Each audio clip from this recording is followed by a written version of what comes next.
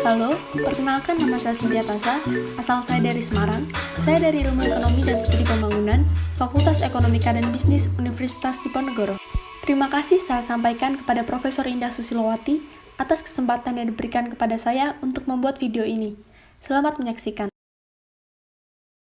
Indonesia darurat sampah plastik dan itu ternyata terjadi beberapa tahun dari sebelum tahun ini. Sampah plastik ini menjadi ancaman nyata bersama yang merusak lingkungan. Sampah plastik yang terlihat bagus nyatanya membawa dampak buruk mulai untuk lingkungan kita.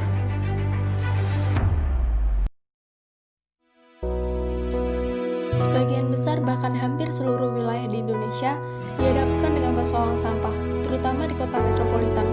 Kota Semarang sebagai ibu kota Provinsi Jawa Tengah juga tak luput dari permasalahan sampah. Penumpukan sampah di kota Semarang menjadi permasalahan yang serius untuk diselesaikan. Penumpukan ini terjadi di tempat pembuangan akhir Jatibarang yang setiap hari menerima 1.200 ton sampah. Berdasarkan data, sampah yang dihasilkan kota Semarang mencapai 1.229 ton setiap harinya. Dari jumlah tersebut, sebanyak 13% didominasi oleh sampah plastik. Permasalahan sampah menjadi semakin krusial mengingat pertambahan penduduk yang semakin meningkat dari hari ke hari, sehingga terdapat potensi peningkatan sampah di kota Semarang. Pemerintah kota Semarang sudah mengajak masyarakat agar lebih peduli terhadap lingkungan dengan mengurangi penggunaan sampah plastik. Kini, giliran kita untuk berpartisipasi. Penggunaan barang berbahan plastik memang sulit untuk dihindari dan sudah menjadi bagian dari kehidupan kita sehari-hari. Tetapi ada beberapa pilihan mudah yang dapat kita lakukan sebagai upaya untuk mengurangi penggunaan plastik.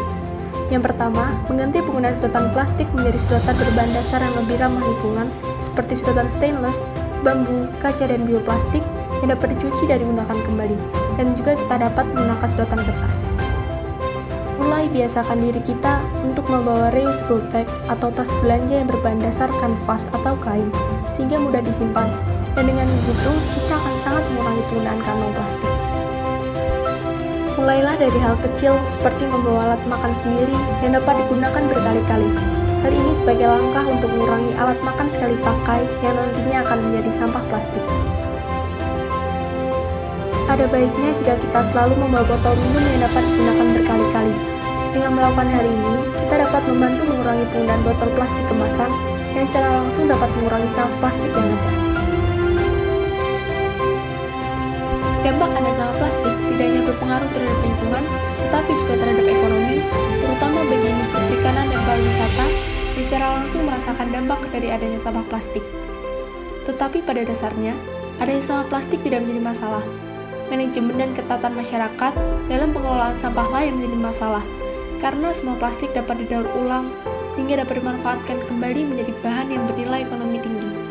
Mulai sekarang, bijaklah dalam penggunaan plastik di kehidupan sehari-hari untuk menyelamatkan lingkungan kita.